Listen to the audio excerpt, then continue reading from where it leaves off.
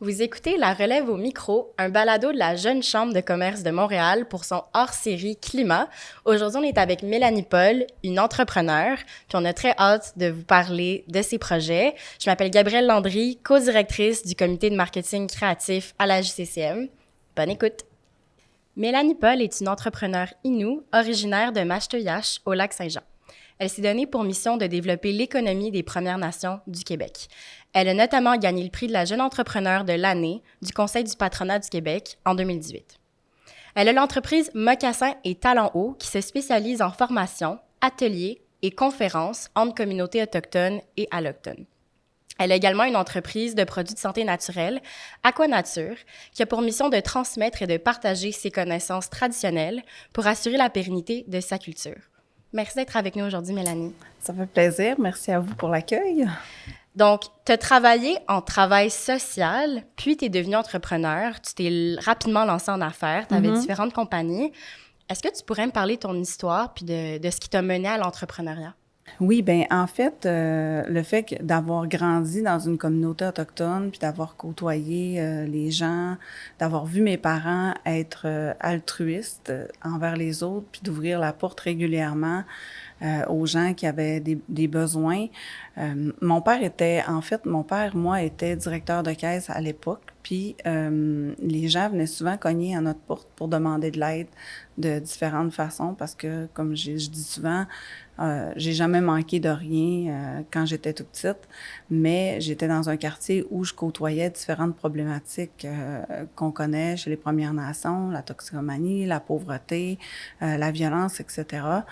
Puis, comme je disais, souvent les gens venaient cogner à la porte pour demander des sous ou demander de l'aide à mes parents, puis je voyais régulièrement mon père soit acheter des pièges à ours alors que je savais qu'il allait pas à la chasse à l'ours, mais poser des gestes comme ça pour aider les gens à, oui, répondre à leurs besoins de base, mais aussi les aider à garder une certaine fierté à travers ce geste-là aussi, pour pas juste donner des sous, mais aussi acheter des choses que les gens pouvaient vendre. Puis personnellement, une des choses que j'ai vécues beaucoup aussi quand j'étais petite, c'est le fait d'avoir un samedi matin, moi et mon frère, on était en train d'écouter les bonhommes à la télé puis manger nos Footloops. Puis je dis souvent ça parce que, comme je dis, j'ai jamais manqué de rien. Puis un ami à mon frère est venu cogner à la porte. Puis on pensait qu'il voulait jouer avec mon frère, mais en fait, il voulait voir mon père. Puis ce matin-là, il venait voir mon père parce que quand mon père s'est levé puis est allé le voir, il a dit à mon père, est-ce que je peux corder du bois? J'ai faim, je voudrais une toast. Puis je me rappelle encore, dans mon cœur de petite fille, j'étais en haut des marches chez nous, puis je regardais la scène, puis j'ai vu mon père reculer, puis devenir émotif. Puis quand j'en parle aujourd'hui, ça me rend encore émotive parce que pour moi, je sais que cette journée-là, ce que j'ai vu, la scène que j'ai vue, c'est venu me toucher au cœur, puis ça a fait en sorte que je me suis dit, un jour, je vais faire quelque chose pour changer ça. Puis, tu sais, quand tu as 7 ans, tu sais pas trop comment, mais moi, depuis cet âge-là, je me disais, ben je vais devenir travailleuse sociale ou psychologue. Fait que pour moi, c'était ma façon de dire, je vais aider les gens de ma communauté. Puis, après avoir fait mon bac en service social, après avoir travaillé pendant 2 ans en toxicomanie et en violence conjugale en lien avec les Premières Nations à Québec, dans les centres d'amitié autochtone, rapidement, j'ai vu qu'il y avait beaucoup de travail à faire, que les ressources n'étaient pas adaptées nécessairement à la réalité des Premières Nations. Puis, j'ai remis en question comment je pourrais arriver à accomplir ce que je voulais accomplir, parce que j'ai toujours vu les choses de façon plus macro. Puis mon père qui me disait toujours, tu sais, Mélanie, moi dans la vie, là, j'accepte pas des noms, c'est dis-moi pas non, dis-moi comment. Fait que, tu sais, me buter à la bureaucratie, à voir qu'il y avait encore beaucoup de choses qui étaient pas, comme je disais, adaptées au service qu'on avait besoin. J'ai remis en cause ce métier-là. Puis mon père, à l'époque, lui, avait fait grandir des entreprises dans la communauté. Il avait laissé son poste de directeur de caisse, puis il voyait que, effectivement, si on voulait s'en sortir en tant que Première Nation, développer l'économie était une nécessité, en fait, pour justement développer le volet social aussi, pour aider les communautés à s'émanciper. Tu voulais te donner le moyen de tes ambitions pour Ouais. empower, si je peux dire l'anglicisme. Oui, puis tu sais, dans ma vision, ben là, mon père m'a fait voir justement parce que au début, quand il m'a approché pour faire partie de la relève de l'entreprise, je voyais pas trop le lien entre le fait de devenir entrepreneur puis le bac que je venais de faire en service social, puis il m'a dit, tu sais, Mélanie, qu'est-ce que tu as appris dans ton bac? Ben, j'ai dit analyser puis régler de problèmes. Mais il a dit, c'est pas mal ça que je fais à tous les jours. L'empathie, les relations, tu sais, la gestion de ressources, aller chercher les bonnes personnes, ce que tu as besoin pour faire grandir l'entreprise, faire grandir. Puis j'ai dit, oui, mais moi, je veux aider les gens. Mais il dit, tu sais, créer de l'emploi, créer de la richesse, être entrepreneur, c'est aussi créer une forme de prospérité qui aide les communautés. De façon encore plus tangible, parfois, qu'est-ce que tu peux faire en différente, mais aussi bénéfique, parce que une des choses que je parle pas souvent non plus, c'est durant mon bac en service social, on avait fait l'étude, fallait faire l'étude d'une communauté, en fait. C'était un rapport de recherche qu'on avait à faire sur 2 sessions.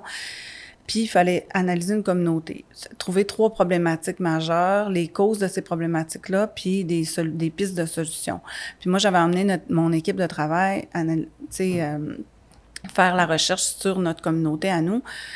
Puis, justement, les 3 problématiques majeures qu'on avait trouvées, c'était la toxicomanie, la violence, la pauvreté.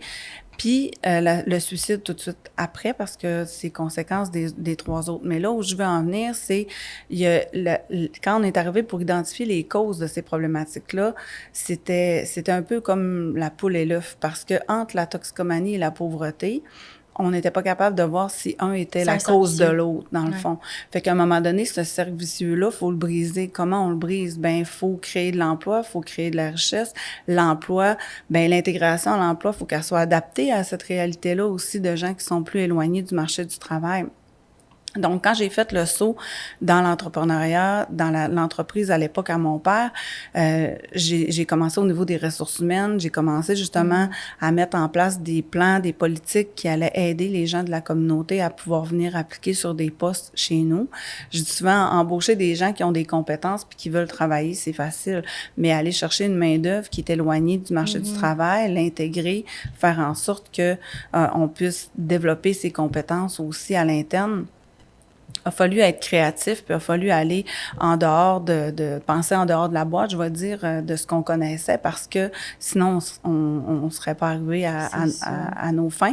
Mais on a eu vraiment des beaux succès. On a créé une usine-école, on a formé des gens à l'interne, on a fait de la reconnaissance d'acquis, on a même changé des politiques de rémunération, tu sais, changé les journées de paye, accompagné même des gens, tu sais, j'ai accompagné des gens qui vivaient différentes problématiques qui causaient de l'absentéisme au travail pour aller chercher de l'aide, pour trouver des solutions à ces problématiques-là. Ta formation au travail social a été super utile. Ben oui, vraiment. Tu pouvais combiner et ça, et justement, comme tu disais, des tactiques un petit peu plus macro pour avoir la problématique, dans le fond, d'un autre angle. Ça reste c'est ça, ça reste qu'en tant qu'entrepreneur, on travaille avec des humains. Puis ces humains-là, ils ont une vie professionnelle, ils ont une vie personnelle aussi, puis les deux sont très interreliés. Tu sais, je veux dire, si ça va pas bien dans notre vie personnelle, ça va avoir un impact sur notre vie professionnelle. C'est indéniable. Fait que fallait trouver cette façon-là, puis je pense qu'on a bien réussi. Puis aujourd'hui, les entreprises familiales dans lesquelles j'ai travaillé, que mon père opère encore aujourd'hui, sont reconnus pour ça, de travailler avec le milieu, de créer de l'emploi, de créer des retombées, directes mais indirectes aussi, d'aider d'autres entrepreneurs à pouvoir justement développer des modèles d'affaires qui peuvent répondre à des besoins en lien avec ces grandes entreprises-là. Fait que ça devient un modèle d'économie circulaire d'une certaine façon, gagnant pour tout le monde, puis qui aide justement nos communautés à s'émanciper puis à croître autant économiquement que socialement, en fait. Tu attaques le cercle vicieux de différents angles. Oui, c'est la théorie de l'encerclement. Ouais. Justement, on en parlait, mais je sais qu'un de tes objectifs, c'est de briser ce cycle-là de pauvreté. Puis tu as différents collaborateurs avec qui tu collabores dans ton entreprise, Aquanature. Est-ce que tu pourrais plus nous en parler de ton modèle d'affaires, puis comment est-ce que tu es capable d'avoir une approche plus horizontale? Oui. Bien, en fait, moi, je parle d'approche holistique maintenant, parce que ça fait partie de la vision des Premières Nations, d'avoir une approche holistique. Pour nous, tout est en forme de cercle, tout est circulaire, tout est interrelié. Quand on regarde les modèles de développement durable, on voit que l'humain est aussi important que les plantes, que la nature, puis que les animaux, en fait. Pour nous, il y en a pas un qui est plus important que l'autre parce qu'on dépend tous un de l'autre pour vivre. Puis c'est un peu notre approche aussi qui est très communautaire dans le développement de nos affaires. Donc, Aquanature, j'avais une entreprise qui s'appelait Inukshuk Synergie. Toutes ces entreprises-là se sont transformées au cours des dernières années, particulièrement depuis la pandémie. Puis, j'ai décidé de mettre de l'avant Mocassin Talons Hauts qui me représente bien dans ma dualité puis d'une forme de réconciliation que j'ai eu à faire à l'intérieur de moi parce que je dis souvent, puis là, je fais un petit peu du coq à l'âne, mais je vais revenir à ta question. Tu sais, pour moi, la réconciliation passe d'abord et avant tout par une réconciliation avec soi puis de nos dualités intérieures. Moi, j'ai vécu du racisme dans ma communauté, j'ai vécu du racisme à l'extérieur d'une façon différente, mais je me suis toujours un peu posé la question, était où ma place par rapport à tout ça? Puis, tu sais, ça reste dans notre inconscient, puis ça fait en sorte qu'à un moment donné, on cherche notre identité, on cherche notre place. Il a fallu que je fasse un gros cheminement de développement personnel. Mon parcours à l'école d'entrepreneurship de Beauce m'a beaucoup aidé par rapport à ça. Mais tout ça pour dire que en faisant cette réconciliation-là à l'intérieur de moi, je suis venue à un moment donné à avoir besoin de trouver un sens à ce que je faisais, puis de me réapproprier ma culture, de me réapproprier aussi toute notre philosophie de vie, notre spiritualité, puis cette approche holistique-là en fait partie. Puis je me suis toujours posé la question durant tout mon parcours entrepreneurial, parce que, tu sais, j'ai été 20 ans dans l'entreprise familiale quand même avant de décider de créer mes propres entreprises, puis je vais dire de voler de mes propres ailes, là. Mais pour moi, quand j'étais dans des entreprises qui avaient des organigrammes, tu sais, hiérarchiques, tu sais, très segmentés, le travail en silo, j'avais beaucoup de difficultés avec ça. Puis moi, je vois des liens partout. Je suis une personne qui est rassembleuse, je suis une personne qui aime ça. C'est juste opposé à la vision que toi, tu portes en général.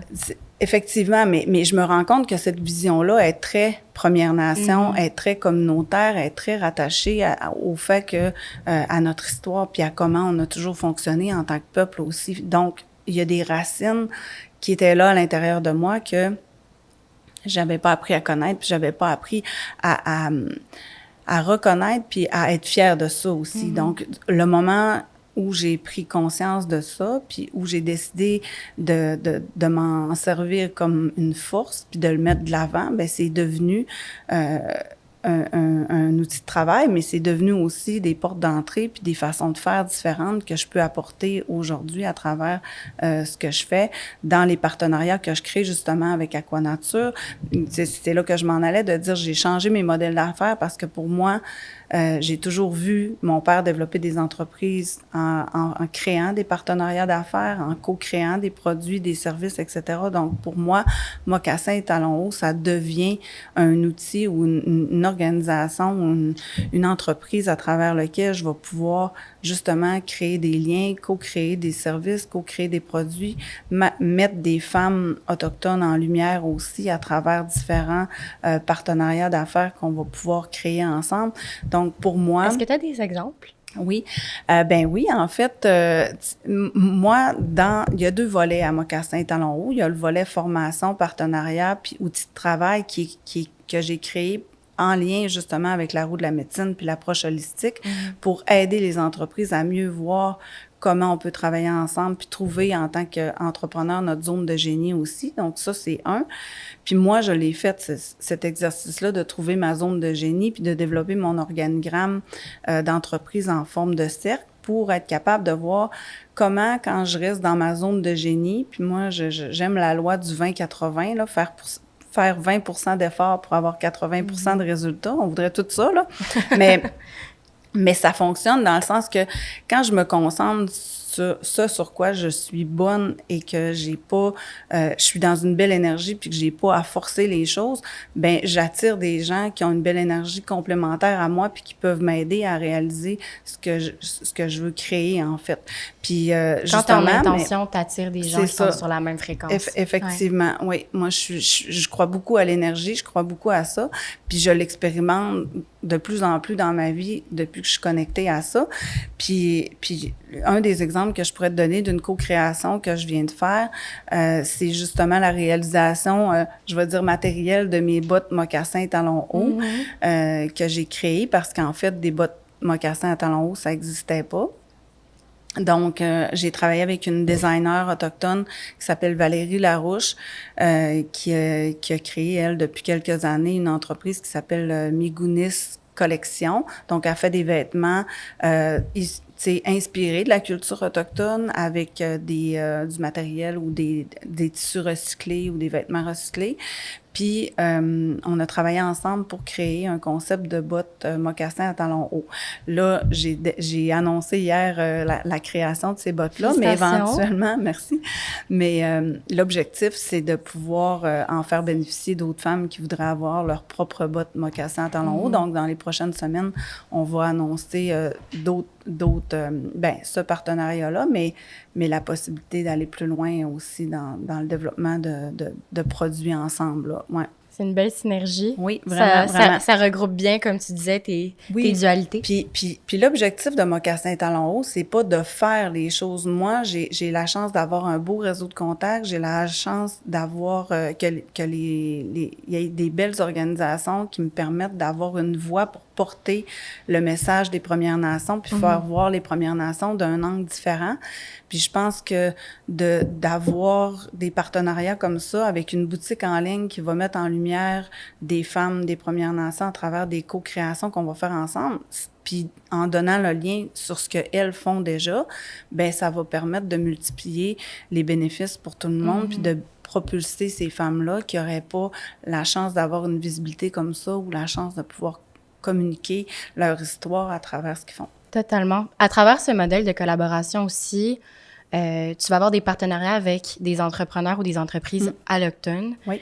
Comment est-ce que ça fonctionne? Puis j'imagine que tu es capable de tisser des liens entre autochtones et allochtones de façon beaucoup plus efficace à travers toute la collaboration que tu fais. Oui, bien, en fait, tu sais, souvent, la vie nous apporte dans des directions qu'on comprend pas trop sur le coup, mais tu sais, j'ai eu la chance de travailler sur différentes tables de travail au cours de ma carrière. Je suis devenue, au début, dans l'entreprise familiale, j'étais beaucoup dans l'intégration de la main-d'œuvre, mais après ça, j'ai eu un rôle un peu plus dans le développement d'affaires, plus communication, relations politiques, publiques, etc. Puis, ça m'a donné la chance de travailler, je dirais pas la chance, mais l'opportunité de travailler sur des tables de travail, dont une sur le développement de partenariats entre autochtones et allochtones, en lien avec un sommet économique qu'il y avait eu en région avec le ministre Couillard, puis une autre sur l'intégration de la main-d'œuvre autochtone avec le Conseil du patronat du Québec. Donc, ça, c'est des tables importantes sur lesquelles j'ai travaillé avec plusieurs partenaires. Ça m'a permis de créer des liens, développer une expertise à travers tous les partenariats que nous, on faisait concrètement dans l'entreprise familiale. Puis parallèlement à ça, ben le fait de faire du développement d'affaires, parce qu'on était dans plusieurs secteurs d'activité, dans l'énergie, dans la construction, on était aussi dans la fabrication, tout ce qui touche la forêt. Donc, toutes les grandes associations rattachées à ces secteurs d'activité-là, c'est moi qui faisais la représentation de tout ça aussi.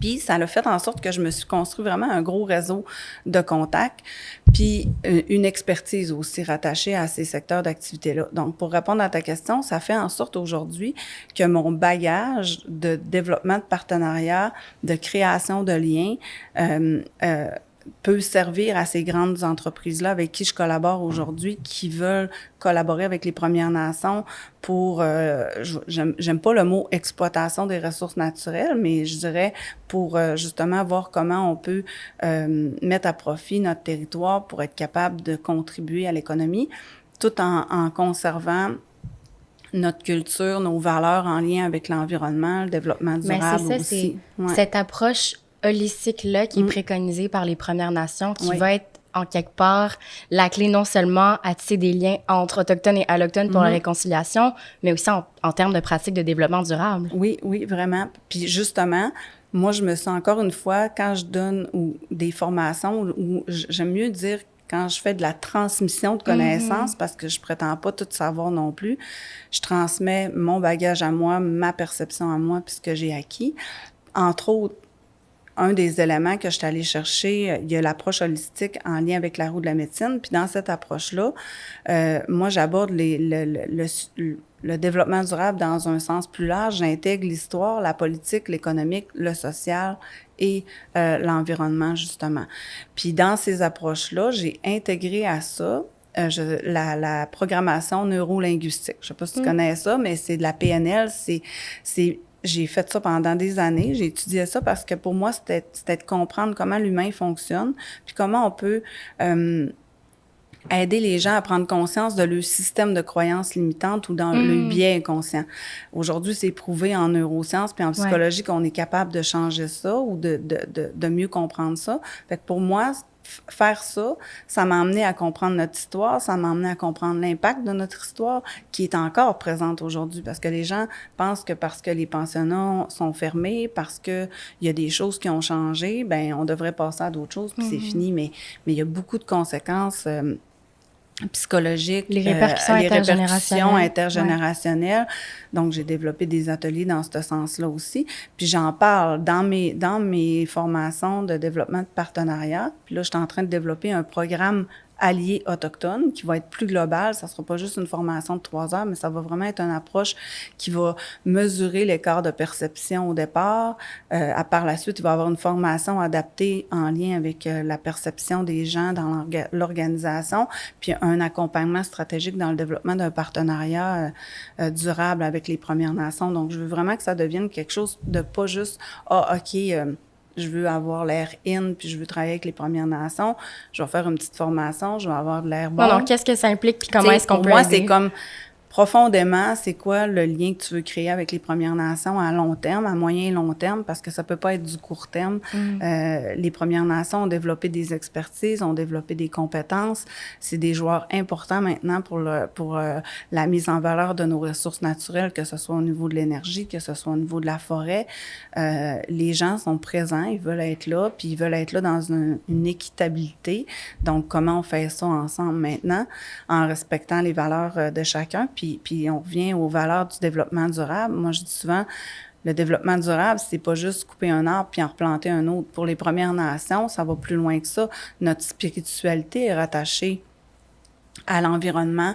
On parle de... Nous, la planète, on l'appelle la Terre-Mère. Pourquoi la Terre-Mère? Ben une mère t'en prend soin. Une mère, ça prend soin de toi aussi. Donc, c'est du donnant-donnant. C'est bilatéral. C'est bilatéral. Tu sais, la Terre nous nourrit, la Terre nous guérit, est une source de plein de... Puis ça revient à mon entreprise Aquanature, les plantes médicinales. Donc, comment on peut faire justement le pont entre notre savoir ancestral puis la science puis le monde d'aujourd'hui, autant au niveau de l'environnement, au niveau de la guérison, au niveau... il y a plein d'endroits où on pourrait s'inspirer de choses que faisaient nous, on les appelle les anciens ou nos ancêtres, mais il y a quelque chose qu'il faut ramener, qu'on a perdu à travers le temps, qui pourrait être, je pense, qui pourrait être gagnant pour tout le monde de s'inspirer. Absolument. Puis tout ça à travers un meilleur esprit de communauté, de solidarité dont tu parlais. Toujours au début. Les valeurs de solidarité, d'entraide, d'amour, d'honnêteté. Tu sais, c'est toutes des valeurs qui font partie des 7 enseignements sacrés des Premières Nations. Puis, tu sais, même chez les Premières Nations, une des choses qui est importante en lien avec le développement durable, c'est avant de décider de faire un projet, on va mesurer l'impact sur les 7 générations futures pour voir si on peut réaliser le projet ou non, avant même d'évaluer la rentabilité économique, parce que s'il y a un impact environnemental dommageable qui va mettre en péril les générations futures, ben ça a beau être payant de faire ce projet-là, c'est pas conscient de le faire comme ça. Donc, on revient encore une fois à l'approche holistique de tenir compte de l'ensemble de la communauté puis des générations. T'as mentionné, pardon, 7 enseignements sacrés, puis le fait de voir dans le futur, le présent pour le futur, à travers les 7 générations à venir. J'aime beaucoup la numérologie. Qu'est-ce qu'on veut dire par 7? Est-ce que tu peux me parler aussi des enseignements sacrés? En fait, les enseignements sacrés, c'est beaucoup rattaché à nos valeurs en tant que peuple. Puis comme je disais tantôt, il y a le courage, il y a l'honnêteté, il y a l'amour, il y a la résilience. Tu sais, il y a différentes valeurs dans ces enseignements-là. Puis l'objectif, sans rentrer dans les détails, c'est de dire est-ce que, puis moi je l'enseigne dans mes formations aussi. C'est central, les valeurs. Puis ça revient à la spiritualité. C'est beaucoup rattaché à la spiritualité parce que c'est rattaché à qu'est-ce qui fait du sens pour nous. Puis je fais un exercice en lien avec ça pour que les gens prennent conscience. J'enseigne les 7 valeurs sacrées, mais je demande aux gens d'identifier c'est quoi les valeurs qui sont importantes pour eux. Puis, tu sais, de dire qu'une valeur est importante pour nous, là, faut réfléchir parce que c'est facile de dire, moi, l'amour, c'est important, la famille, l'honnêteté. Mais comment est-ce qu'au quotidien, tu agis sur ces valeurs-là? C'est ça. Je vais prendre l'honnêteté comme exemple. Tu sais, moi, l'honnêteté, c'est important pour moi. Je veux que les gens soient honnêtes envers moi. Moi, est-ce que je suis toujours honnête envers les autres? Puis, je vais aller plus loin. Est-ce que je suis honnête envers moi-même? Est-ce que mon discours intérieur fait du sens? Est-ce que mon discours intérieur est en cohérence avec qui je suis, puis avec mes actions, puis mes paroles dans mon quotidien? Ça commence par nous. Ça, c'est important d'en prendre conscience. Fait que c'est ça un peu les enseignements sacrés. C'est pas juste de dire, je nomme des valeurs en l'air. Est-ce que je les incarne, mes valeurs? Merci pour ça. Sur une perspective plus micro, pour des conseils à des entrepreneurs ou des compagnies qui veulent faire du développement beaucoup plus durable, je sais que, par exemple, dans Aquanature, tu as des produits qui sont emballés dans des matériaux recyclés. Ça serait quoi tes conseils pour des entrepreneurs qui cherchent à être plus durables dans leur pratique? En fait, pour être honnête, depuis 2 ans, je cherche à transformer le modèle d'Aquanature. On a démarré au départ avec une usine. Maintenant, je regarde pour travailler en collaboration ou en co-création avec des entreprises autochtones, des femmes ou des entreprises même allochtones pour, je dirais, créer de la co-création, mais j'amène un nouveau concept aussi en lien avec l'approche holistique qui est la coopétition. Okay. J'en parle dans les formations que je donne aussi. Pour moi, le fait d'avoir créé un gros réseau de contacts, de regarder puis de réfléchir en dehors de la boîte, je dis souvent, je pense que la coopétition peut devenir quelque chose de super intéressant dans le sens que moi, mon père m'a toujours appris à ne pas voir mes compétiteurs comme des compétiteurs, mais comme des gens avec qui un jour ou l'autre je peux avoir à collaborer pour des raisons que je connais pas au moment présent.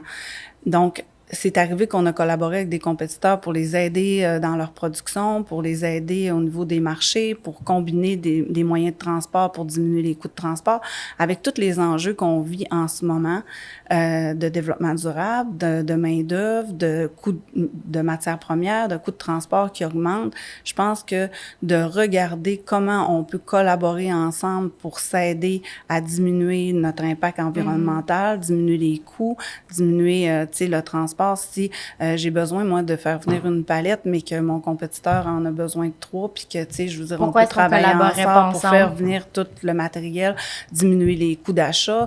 Je veux dire, à un moment donné, il va falloir voir différemment. Il y a des usines de production qui fonctionnent à 50% d'efficacité parce qu'il manque de main-d'œuvre. Le voisin fait la même chose. Y a-t-il moyen de regarder pour travailler ensemble? À un moment donné, il va falloir aller là aussi, puis réfléchir différemment que rester dans l'individualisme, dans la compétition, puis dans la performance de ça. La planète se transforme, on se transforme, il faut transformer nos façons de penser, puis je pense que c'est une direction à explorer. Puis ce que je dirais aussi, c'est que, tantôt on parlait des 7 enseignements sacrés, des valeurs, de qu'est-ce qui fait du sens pour nous, puis je me rends compte, pour avoir été moi-même dans une quête d'identité, dans une quête de sens à une période de ma vie, que ça crée un vide à l'intérieur de l'humain. Puis ce vide-là, l'humain le comprend pas, en prend pas conscience parce que la vie va vite, puis les gens s'étourdissent à travers plein de choses. Puis ce qui va combler ce vide-là en ce moment dans notre société, c'est l'achat de matériel, l'achat de plaisirs éphémères et la surconsommation. Maintenant, prenons conscience en tant qu'humains qu'on a un travail intérieur à faire, puis qu'on a à combler ce vide-là par quelque chose qui fait du sens. Qu'est-ce qu'on essaie de combler en surconsommant? Posons-nous la question, pourquoi on fait ce qu'on fait, puis qu'est-ce qu'on veut combler en surconsommant? Parce qu'on a tout. Tu sais, oui, on peut en vouloir aux grandes industries, on peut pointer du doigt notre voisin, mais nous, comment on agit par rapport à la planète, puis comment on consomme par rapport à la planète. Donc, posons-nous cette question-là. Je pense que c'est la première question à se poser. Le changement passe par nous. Et voilà. Ouais. Sujet un petit peu éléphant dans la pièce, quand on parle de réconciliation, puis de développement durable, puis d'environnement, quand on parle des Premières Nations et des peuples autochtones, l'accessibilité à l'eau potable au Canada. C'est un petit peu champ gauche par rapport au reste du développement durable, mais je voulais t'en parler. Je voulais savoir qu'est-ce que tu avais comme conseil, où est-ce qu'on pourrait aller comme société pour aller plus loin. En fait, il y a un sondage de la Fondation One Drop de cette année en 2024 qui a révélé que 51% des répondants à ce sondage-là, donc génération Z, 18 à 27 ans, pensaient qu'au Canada, on avait tous un accès équitable à l'eau potable, mais en réalité, dans un pays aussi riche en eau que le Canada, il y a près d'une trentaine de communautés des Premières Nations, Métis et Inuits qui demeurent toujours sans eau potable, selon les données recueillies l'année dernière par Statistique Canada. Ouais. Qu'est-ce qu'on peut faire de plus?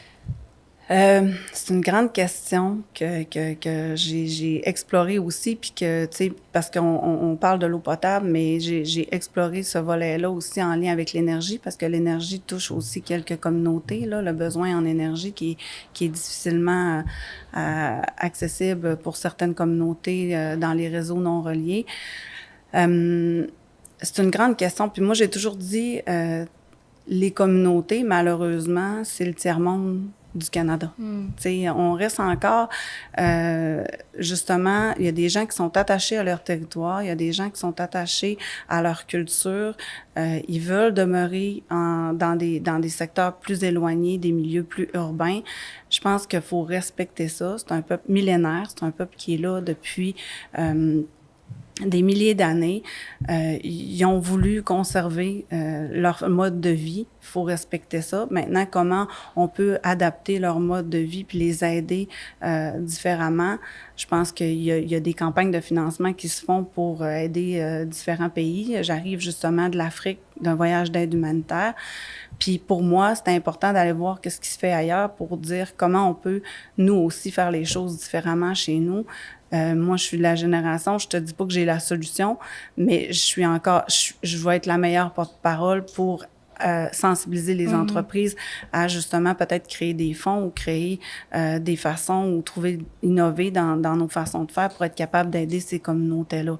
J'ai pas encore trouvé la solution non plus. Par contre, je peux dire que en sensibilisant, en faisant ce qu'on fait, en créant des partenariats, puis des alliés pour les Premières Nations, tu sais, ton sondage le dit, les gens sont même pas au courant que ça existe. Fait que, tu sais, je pense qu'il faut faire prendre conscience aux gens que ça existe.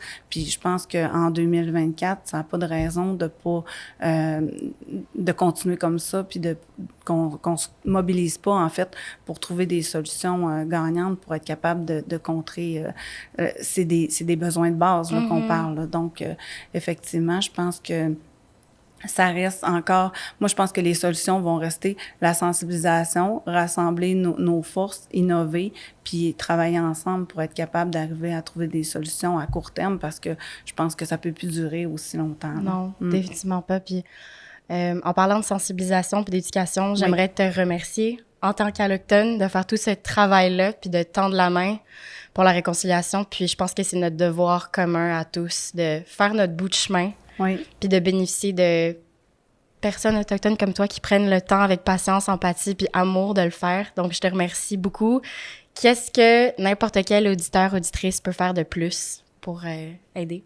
Bien, merci à vous autres de me donner l'espace pour pouvoir en parler parce que, tu sais, en fait, je peux vouloir en parler, mais si j'ai pas l'espace pour en parler, ça mène à rien. C'est notre plaisir. Donc pour moi, c'est un plaisir d'être là aussi. Merci beaucoup. Puis je dirais que moi, je reconnais l'histoire du passé. J'en parle parce qu'il faut pas l'oublier, mais je focus beaucoup sur le moment présent puis sur l'action future. Donc, je parle de réconciliation dans mes formations parce que pour moi, c'est à travers des actions concrètes, c'est à travers des projets de co-création, qu'on va apprendre à se connaître, qu'on va apprendre à travailler ensemble puis qu'on va développer des nouvelles façons de faire pour pouvoir... Moi, j'appelle ça broder des liens porteurs d'avenir pour nos générations futures. Je pense que chacun a à mettre sa petite maille pour faire quelque chose qui va être vraiment, qui va faire du sens pour tout le monde, puis qui va parler à tout le monde, puis qui va être vraiment bénéfique aussi, puis gagnant-gagnant pour nos différentes nations. Puis, tu sais, ça va au-delà de juste partenaires autochtones et partenaires allochtones. Allochtones, ça englobe toutes aussi les différentes communautés noirs ou autres qui font partie des immigrants qui arrivent aussi au Canada puis qui viennent pour travailler avec nous. Je pense qu'à un moment donné, il va falloir voir au-delà de nos identités. Oui, il faut les conserver, mais on est tous humains. Puis je pense que c'est là qu'il va falloir se rallier, comme tu as dit, parler avec notre cœur, puis parler avec authenticité, d'humain à humain, pour être capable. À part de là, la réconciliation, c'est pas à travers des ententes de loi ou des ententes juridiques. Oui, ça en prend, mais ça reste que si le cœur puis l'authenticité est pas là derrière ces ententes-là, on peut écrire n'importe quel. Moi, mon père m'a toujours dit, dans les contrats d'affaires, on peut écrire des gros contrats d'affaires, on peut écrire plein de clauses, mais si tu n'as pas confiance en l'autre, puis si tu n'as pas créé des liens bénéfiques ou porteurs puis de cœur, ben les papiers, ils seront jamais assez grands puis assez gros pour répondre à tout ce que tu vas vouloir protéger, en fait. Fait que je pense que c'est ça qu'il faut faire, créer des liens de confiance, apprendre à se connaître. Puis il y a des moyens d'apprendre à se connaître, il y a des formations, mais il y a plein d'outils en ligne avec Google. Maintenant, moi, les gens me disent souvent... Je me sens souvent coupable de l'histoire ou de qu'est-ce qui s'est passé. Puis moi, je dis, on n'a pas à se sentir coupable de quelque chose auquel on n'a pas participé ou on n'était pas là. Là où on a à se sentir coupable, c'est de rester dans l'ignorance et de perpétuer, en fait, des fausses croyances ou des préjugés qui font mal à nos relations, en fait. Merci pour ça. Merci. Merci d'avoir été avec nous aujourd'hui. Tineshkumten, merci. Merci à toi.